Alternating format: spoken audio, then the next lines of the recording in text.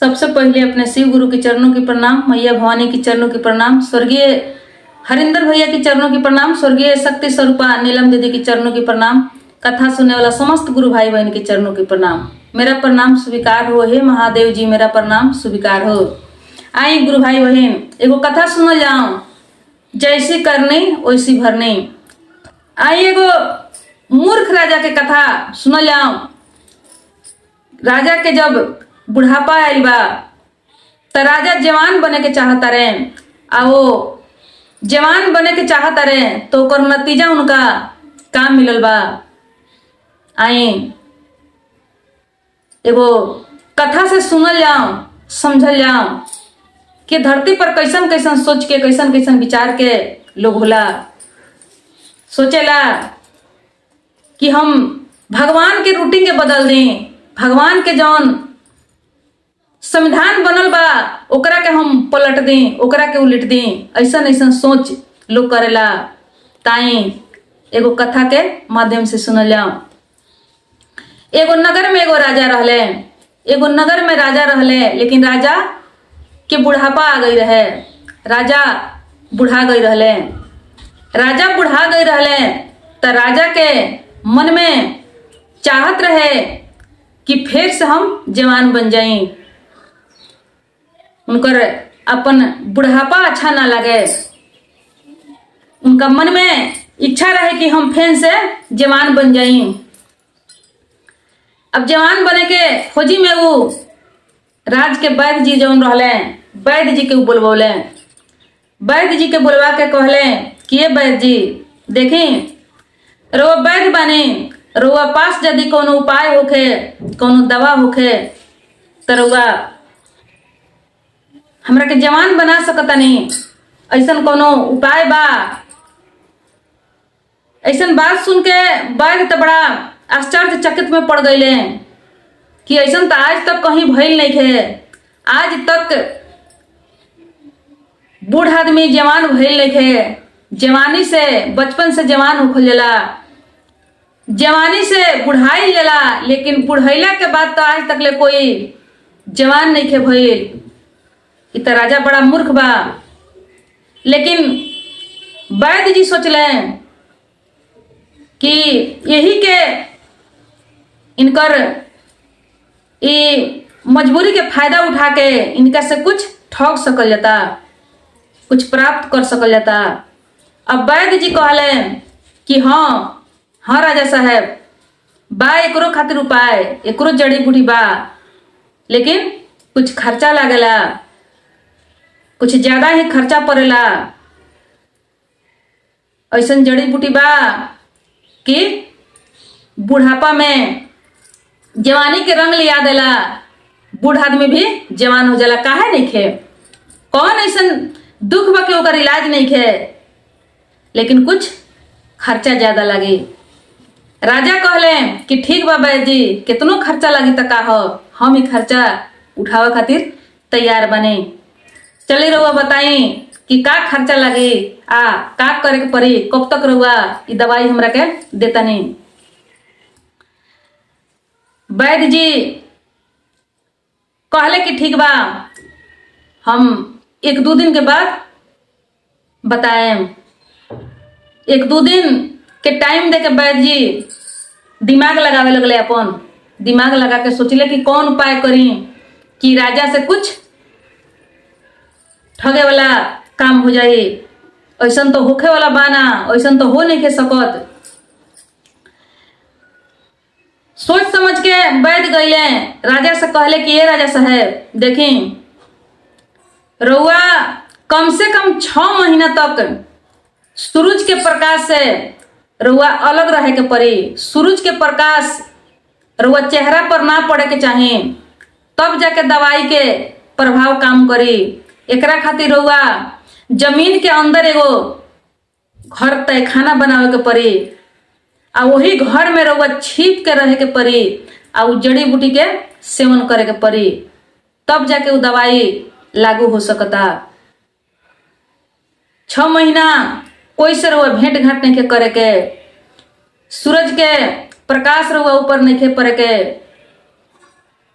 बोली ये सब यदि मंजूर होखे तब रउआ के जड़ी बूटी के हम रउआ खातिर खोजी करी। राजा कहले कि एकदम मंजूर बा, एकदम हमरा मंजूर बा। हम आजे से जमीन के अंदर तहखाना बनवावे के शुरू कर देता नहीं, 6 महीने तक हम वही में रहें। वैद्य जी कहले कि देखी एगो और बात बा, राउर खाना पानी सब वही जाई। खाना पानी केहू लेके जाई तो उहो रउआ सामने ना जाई, अलग से ले जाके रख दी, गेट के बाहर रख दी। आ गेट के बाहर से रउआ उठा के ले आके अपना आप से रउआ खाए के पड़ी। कोई से रउआ भेंट घाट नहीं के करे के, एकदम अकेला रहे के बा। राजा कहले कि ठीक बा। अब उनकर घर से कुछ दूर अलग हट के जमीन के अंदर ही अंदर उनका रहे खातिर महल बने लागल। सब साधन सब सुविधा वही में बनवावे लगले राजा। आई वैद्य का कैले कि वही तहखाना से भीतरे निकले वाला बाहर से एगो रास्ता बनवा ले, जौन रास्ता कोई के पता ना रहे। अब राजा वही में रहे लगले, राजा वही में रहे लगले। अभी वैद्य का कैले कि कोनो जड़ी बूटी लिया के दवाई बना के राजा के पास में दे दिले। राजा के खाना पानी सब कुछ वही में जाए लगल। राजा खाए लगले, उ जड़ी बूटी के खाए लगले। तब तक कि वैद्य जी अब अपन फेन से बुद्धि लगावे लगले। ई राजा के चेहरा के कोनो नौजवान युवक के खोजे लगले। खोजत खोजत बहुत खोजला के बाद एगो राजा के चेहरा मोहरा से मिलता जुलता एगो नौजवान के भेंट भइली। नौजवान से एगो भेंट भइली वैद्य जी के। जब भेंट भइल तो वैद्य जी वो नौजवान से कहले कि देखो तू यदि हमर बात मनब, हमरा कहल में रहब तो तोहरा के हम राजा बना देम। 2-3 महीना के बाद तोहरा के हम राजा बना देम। नौजवान कहले कि रउआ हमरा के कैसे राजा बना देम, रउआ हमरा के राजा कैसे बना देम, रउआ हाथ में का बा कि रउआ राजा बना देम। कहले वैद्य जी की देखो सब बात कह के सुनौले समझौले कि ऐसन ऐसन बात बा, समय अइला पर तोहरे के हम राजा बना सकतानी। तू हमर कहल कर, कुछ दिन तू कहीं छिप के रह, ओकरा बाद तोहरा के हम तहखाना में ले चले। आ वहां से सीधे जब तू निकली हो तो सीधे निकल के तू चल के बैठ जाइ हो राज सिंहासन पर। कहले कि ठीक बा। कहले कि अगर कोई के मालूम हो जाए, कोनो दिक्कत हो जाए तब कैसे होई, कहीं जेल जाए के पड़ जाए ये धोखाबाजी वाला काम से। कहले वैद्य जी को वैसा कुछ नहीं के होखे वाला, तू सीधे निश्चिंत रह, ये सब हमारा ऊपर छोड़ दो। अब जाके कहीं छिप के रहे लगले, उन्हें वो छिप के रहे लगले। इन्हें राजा के जब 6 महीने बीत गए तो 6 महीने बीतने के बाद ये वैद्य का कैले कि उनका खाना में जहर डाल दिले। आ जहर डाल के ले जाके रखैले तो राजा उठा के ले जाके वो खाना खैले। खाना जब खैले तो राजा के मृत्यु हो गई। जहर खैला के बाद तो मृत्यु हो ही जाई। राजा की जब मृत्यु हो गई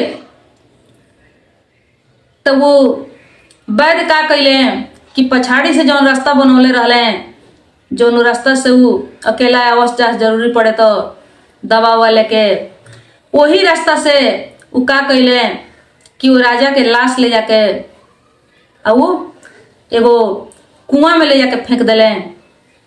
कुआं में फेंक दिले कि कोई के थाह ना लगे। ओकरा बाद उन जवान के जहाँ रखले रहले छुपा के, ओकरा के बुला के लिया के सीधे वो तहखाना में ले जाके रख दिले।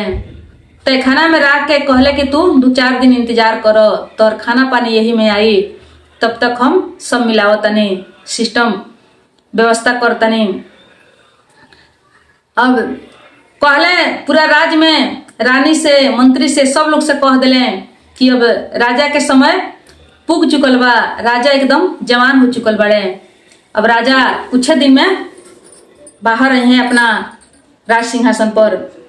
तब तक वो आदमी से जाके कहले कि जब तक तोहर पूरा नाखून दाढ़ी उड़ी जब तक लम्हर नहीं हो जात, लंबा लंबा नहीं हो जात, तब तक तू यही में रहियो। अब वैसे ही कह के 15-20 दिन तक ले उनका रहे के पड़ल। उनकर नाखून दाढ़ी उड़ी सब लंबा लंबा हो गए, रूप कुछ बदल गए। ओकरा बाद वैद्य जी आके सब लोग से कहले सुनौले कि आज राजा आवेला बड़े, अपना राजा खातिर रानी मंत्री सब लोग स्वागत के तैयारी करो, राजा आज निकले वाला बड़े।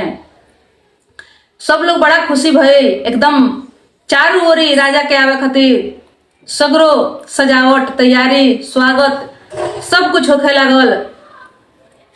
ओकरा बाद वैद्य जाके वो राजा के निकाल के लेके अइले। अब राजा के निकाल के अइले तो राजा बूढ़ रहले, ई जवान हो चुका रहले, इनका दाढ़ी ओढ़ी पूरा हो गई रहे, उमें कोई का चिन्ह का पहचाने। सब लोग के तो ऐसा मालूम रहे कि राजा जवान बने वाला दवाई खाता रहे। तो राजा अब जवान हो चुकल बड़े, थोड़ा चेहरा भी उनकर जवानी के जैसन मिलता जुलता रहे। अब राजा जाके सीधे खुशी खुशी राज सिंहासन पर जाके बैठ गए। राजा के खूब अच्छा से स्वागत भइल, सब सजावट भई रहे, सब लोग सारा प्रजा रानी सब लोग खुश भइल। ओकरा बाद से राजा वैद्य कहले कि देखी राजा साहब, रउआ बूढ़ से जवान भइल बानी, राउर नया जीवन मिलल बा। तो जब रउआ बूढ़ से जवान भइल बानी तो राउर नाम भी पहिलका हटा देवे के पड़ी, राउर नाम भी बदल देवे के पड़ी। तो राजा कहले कि वैद्य जी, जब बूढ़ से रउआ जवान बनौले बानी तो नाव के बदली, नावो रउए बदल दी। अब ओकरा बाद वैद्य जी अपना मन से राजा के नाम भी बदल दिले। अब नया राजा वो राज्य में रहे लगले। धीरे धीरे कुछ दिन तो सब ठीक ठाक बीतल। वैद्य राजा के तो कुछ मालूम ना रहे, वहां के वैद्य के मालूम रहे, काहे कि वो राज के वैद्य रहले। अपना कहला अनुसार से सब कुछ कह के समझा के बता के राजा से वो राज के जितना भी काम रहे सब कुछ राजा वैद्य के मर्जी से संभालस। लेकिन धीरे धीरे सब कुछ समझ गईले, सब उनका मालूम हो गई राजा के। जब समझ गईले तो सब कुछ अब अपना मर्जी से करे लगले। अब वैद्य के कोनो खोजी पूछी कोनो मतलब ना रहे। वैद्य के तो वो राजा से अपना इच्छा अनुसार से बहुत कुछ धन मिल गई रहे, लेकिन एहू राजा से ही सोचत रहले कि अपन मर्जी चलाएम, अपन हुकूमत चला के ये राजा से भी कुछ हम ऐठत रहें, ठगत रहें। लेकिन जब ये राजा सब वहां के समझ गईले तो ये राजा वैद्य के साथ छोड़ दिले। अब वैद्य आके एक दिन राजा से कहले कि ये राजा देखो तू ठीक नहीं करत, तू ई मत भूल कि तू हमरा चलते राजा बनल बड़ो, तोहरा के राजा हम बनौले बने, आ तू हमरा के आज पीछा छोड़ के चल रहल बड़ा, ई तू अच्छा नहीं करत। राजा कहले कि वैद्य जी देखी, रउआ के है हमरा के राजा बनावेला, रउआ कैसे हमरा के राजा बनैले बने। वैद्य कहले कि देखा राजा, सिंहासन पर बैठ के तू ऐसा गलती मत करो। राजा कहले कि देखी, रउआ हमरा के राजा उजा नहीं बनौले, जब रउआ हमरा के राजा बना सकता तो रउआ खुदे राजा काहे ना बन गई। जब रउआ हाथ में बा राजा बनावे के तो रउआ अपने काहे ना राज सिंहासन पर जाके बैठ गई कि हमरा के रउआ राजा बनैनी। ई राजा हमरा के हमार कर्तव्य, पूर्व जन्म के हमार कर्तव्य, तपस्या, कर्म बनौले बा, रउआ नहीं बनौले। राजा कहले तो ई वैद्य कहता रहे कि कैसे तोहर तपस्या कर्म बनौले बा, राजा तो हम बनौले बानी, हमरा वजह से तू राजा बनल बड़ा। तो ई कहले कि ना, केहू के हाथ में नहीं थे कि केहू राजा बना दी। हम अपना कर्म से, हम अपना तपस्या से, हम अपना धर्म से राजा बनल बनी। आई राज सिंहासन हमारा मिलल बा। रउआ हाथ में नहीं थे कि रउआ केहू के राजा बना दे। जब रउआ राजा दूसरा के बना सकता है तो रउआ खुदे काहे ना राजा बन गई नहीं। अब तो वैद्य के बड़ा दिल में चोट लागल, बड़ा टेंशन भइल, कहीं कहे वाला भी ना रहले, केहू के बतावे वाला भी ना रहले। अब वैसे ही धीरे धीरे समय बीतत रहे। राजा मंत्री के लेके 2 गो 4 गो और सैनिक उनिक लेके नदी के तीरे भरमत रहले। तब तक नदी में बड़ा सुंदर कमल के फूल दह के आवत रहे। जब कमल के फूल दह के आवत रहे तो इनकर राजा के मंत्री और कुछ सैनिक उनिक जो रहे वो लोग से राजा कह के निकलोले कि फूल तो बड़ा सुंदर बा, लेकिन कमल के फूल जब निकल के आए तो फूल राजा जब अपना हाथ में पकड़ ले तो सोना के कमल के फूल रहे। राजा देख के बड़ा चकित भइले, बहुत सुंदरता, बहुत खुशबू फूल में रहे। अभी सब मंत्री उंत्री सब लोग कहे लगल कि ये राजा साहब, ये फूल के जड़ पता लगावे पड़ल कि फूल कहाँ बा। ये फूल के जड़ यदि पता लगी तो ओकर जड़ लिया के अरुआ अपना सरोवर में एकरा के लगा देती तो रुआ सरोवर में जहाँ रुआ स्नान करीने उस सरोवर में पूरा ही कमल के फूल खिले लगी तो बड़ा सुंदर हुई। राजा के भी बड़ा अच्छा लागल, मन मोह ले रहे फूल। अब राजा कहले कि एकरा के पता लगाओ के केकरा के भेजला। फिर उनका याद आयल कि एकर खोजी वैद्य जी कर सकता रहे, काहे कि वैद्य होंगे, उनका वनस्पति के बारे में, जड़ी बूटी के बारे में उनका जानकारी बा। उनका से बढ़ के कोई जान नहीं खे सकत। यदि कोनो रूप में कहीं हुई हैं तो वनस्पति के जानकारी उनके बा, उहे कर सकता रहे। तो वैद्य जी से कहले कि वैद्य जी, हई फूल के जड़ कहाँ बा, एकरा के रउआ ढूंढ के ले आई। वैद्य जी कहले कि हमरा से ना ढूंढाई, ई काम हम नहीं कर सकत। राजा से कहले तो राजा कहले कि देखी वैद्य जी, रउआ एगो राज वैद्य हई, यदि रउआ कहतनी कि हम ना ढूंढे सके, आई रउए बस के बात बा। ऐसे कि वनस्पति बा, ई जड़ी बूटी के ही समान बा।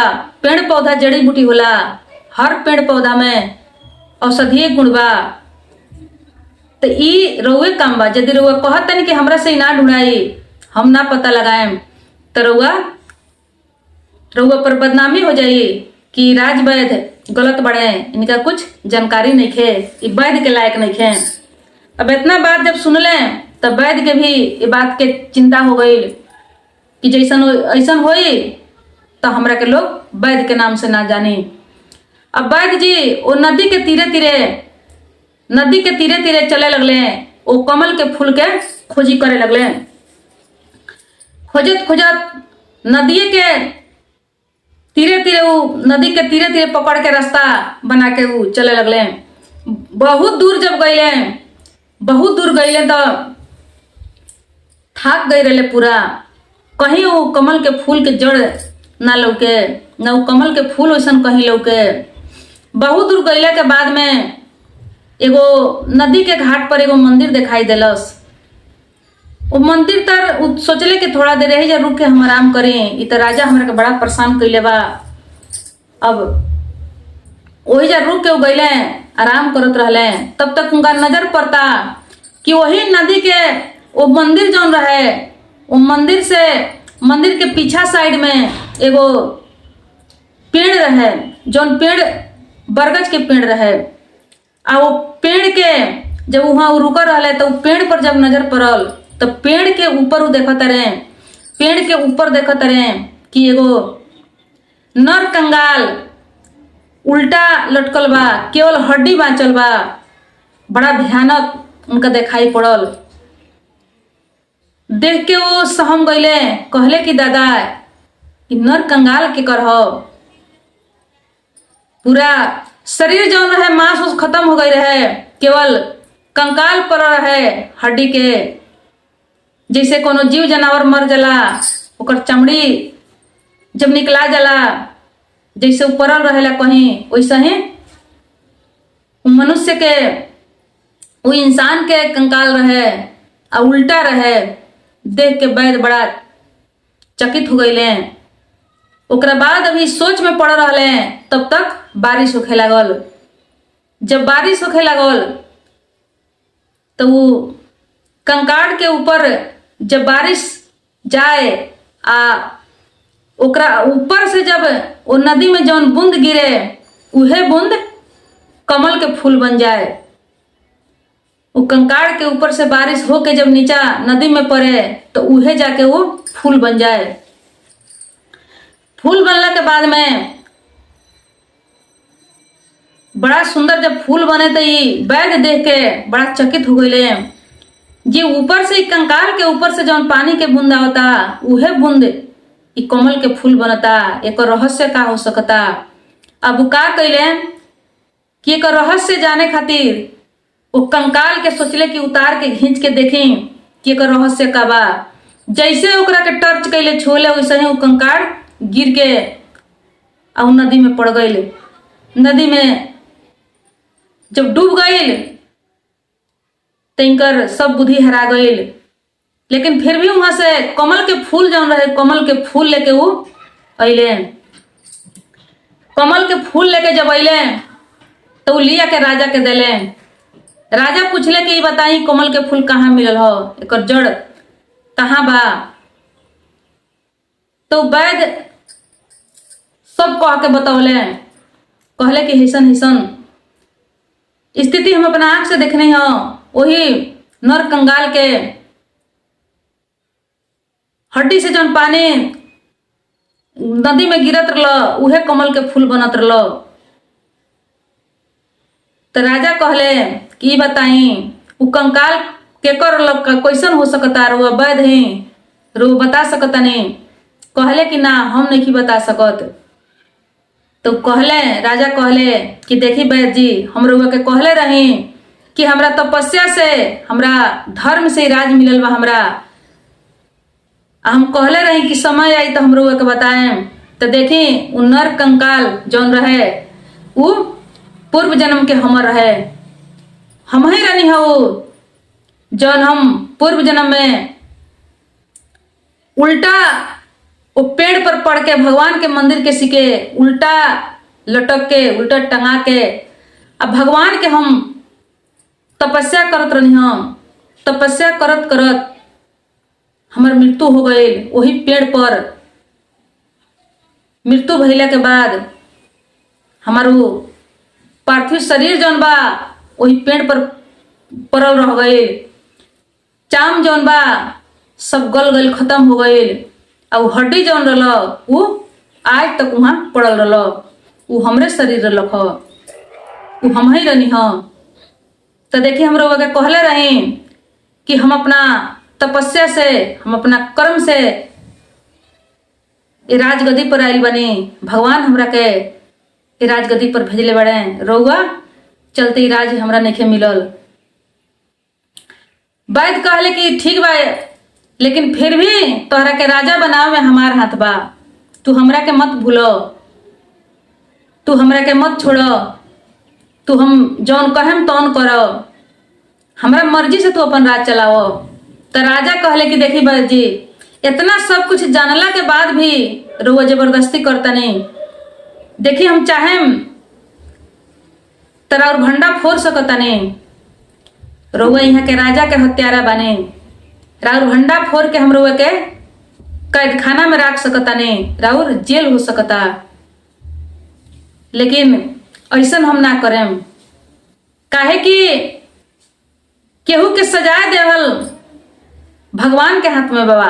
एक ई काम भगवान करिए, हम नहीं कर सकत। चाहे तो रुआ के कर सकता नहीं। रुआ एगो अपराधी बने, यहाँ के राजा के हत्यारा बने रुआ। राउर फांसी भी हो सकता, लेकिन ई काम ईश्वर करी है। आ एक दिन जरूर रहुआ एकर फल मिली। ई जौन रहुआ कैले बने ये करने के फल रहुआ जरूर मिली। काहे कि जैसी करने वैसी भरने। कर्म के चुकता हिसाब बुझावे के पड़ेला, भरे के पड़ेला, बिल भुगतानी करे के पड़ेला। तो रहुआ खुदे भगवान एक दिन रहुआ कर्म के फल दिहन, हम रहुआ के नहीं दे सकत। अब इतना बात सुन के राज वैद्य डराए लगले। वो दिन से राजा से अब कोनो धाक, कोनो जबरदस्ती, कोनो बातचीत ना, जौन उनका मिले वही में रहस। धीरे धीरे दिन बीतत गए। कुछ दिन के बाद कहीं घूमत रहले, घूमत घूमत गईले जौना कुआं में वो राजा के मरला के बाद बिक देले रहले, वही कुआं तक जाके पहुंच गईले। आ जब वहां पहुंचले तो कुआं के भीतर से बहुत सुंदर सुंदर एगो पेड़ रहे। वो पेड़ में बहुत सुंदर सुंदर फूल खिलल रहे, जौन फूल देख के मोहित हो जाए वाला रहे। फूल देख के वैद्य जी एकदम मोहित हो गईले। सोचले कि फूल में से कुछ हम तूर लेता नहीं। जब फूल तूर लेम तो हो सकता कोनो दवा में काम लग जाई। कोनो जब तुरला के बाद एकरा के जांच पड़ताल जब करेम तो कुछ ही बन सकता, दवा के रूप में काम लग सकता। अब वैद्य जी वो फूल के तुरे खातिर वो कुआं के पास गईले। फूल जौन रहे तौन बीच में रहे। अभी लप के वो कुआं के ऊपर चढ़ के फूल तुरे लगले। फूल जब तुरे लगले लफले तो जाके वो कुआं में धबाक दे गिर गईले। वो कुआं में धबाक दे जब गिर गईले, फूल के ओर जब पूरा हाथ लफौले, फूल टूटत ना रहे। अब फूल के जब तुरे के पूरा कोशिश कैले तो जाके वो कुआं में धप दे गिर गईले। जब गिर गईले तो पूरा उनमें से चिल्लैले, गुहार लगैले, लेकिन कोई वहां सुने वाला ना रहे, कोई देखे वाला ना रहे। छपटिया के पूरा चिल्ला के एकदम घिरी काट के वो वैद्य के वही कुआं में प्राण छूट गई, मर गईले। जब छपटियात रहले, पूरा बेचैनी रहे, तब उनका ये नया राजा के बाद पुरान राजा के साथ जौन कैले रहले सब कुछ इनका साफ साफ दिखाई देवे लगल। कहले कि हाँ जैसन कैले बने वैसन मिल रहल बा। आ देखी जैसा ही वो राजा के कुआं में ले जाके फेंकले रहले, पानी में मुँहले रहले, ठीक वही तरह उनकार भी मृत्यु भइल। तो देखी गुरु भाई बहन, एकरे के कहल जाला कि जैसी करनी वैसी भरनी। हकीकत बा कि जेकरा साथ जैसन करेम वैसने फल मिलेला, लेकिन तुरंत ना मिलेला। जब तुरंत ना मिलेला तो का होला कि मन बढ़ जाला, आदमी के लागेला कि चलो अपना मन से, अपना मन पर दो कुछ भी कर सकल जाता, कुछ होके जाए वाला नहीं के, कुछ ना होला। ये सब झूठों के कहल जाला कि भगवान फल देवेलन, कर्म के फल मिलेला। काहे कि तुरंत तो मिलेला ना। चोर तुरंत चोरी करके पकड़ाला ना, कम से कम आधा उम्र ओकर बीत जाला, तब तक खूब चोरी करेला, खूब चोरी करेला, खूब गलती करेला, लेकिन लास्ट में चाहे 5 बरस बीत जाओ, चाहे 10 बरस बीत जाओ, लेकिन एक ना एक दिन पकड़ेबे करेला। जब पकड़ाला तो सब दिन के निगाह सध जाला, आ जब तक ना पकड़ाला तब तक ओकरा लागेला कि सब पूरा चलती हमरे बा, पूरा राज हमरे बा, कुछ होखे वाला नहीं खे, लेकिन होखेला जरूर। आ जेकरा साथ जैसन कइला, जैसे केहू के मारल जाई, जैसे धोखा दियाई, जौन ओकरा से छल कपट जैसे कइले, सेम वैसा ही जाके लास्ट में वैसा ही मिलेला, वैसा ही सजा मिलेला। ऐसन ऐसन बहुत कुछ ऐसन ऐसन होनी अनहोनी हम देख चुकल बानी, अपना हम लोग देखले होके कि सेम जैसे केहू के सतावल जाला, जैसे दुख पहुंचावल जाला, एकदम वही तरह के मिलेला, वही तरह के होला, लेकिन कुछ समय बीतला पर। तो चलिए गुरु भाई बहन, कोई के साथ धोखा, राजा मान ली कि मूर्ख रहले, अज्ञानी रहले, तो राजा के समझावे के चाही, बतावे के चाही कि भगवान के विधान हो, एकरा के कोई ना बदली। बूढ़ से कोई जवान नहीं बना सकत। राजा के समझावल जा सकत रहे, लेकिन धोखा दियाइल, उनका साथ धोखा भइल। उनका साथ जब धोखा भइल, गद्दारी भइल, तो ही करने के फल वैद्य के मिलल। तो चलिए आज के कथा समाप्त भइल। तब तक प्रणाम, नमस्कार, हर हर महादेव।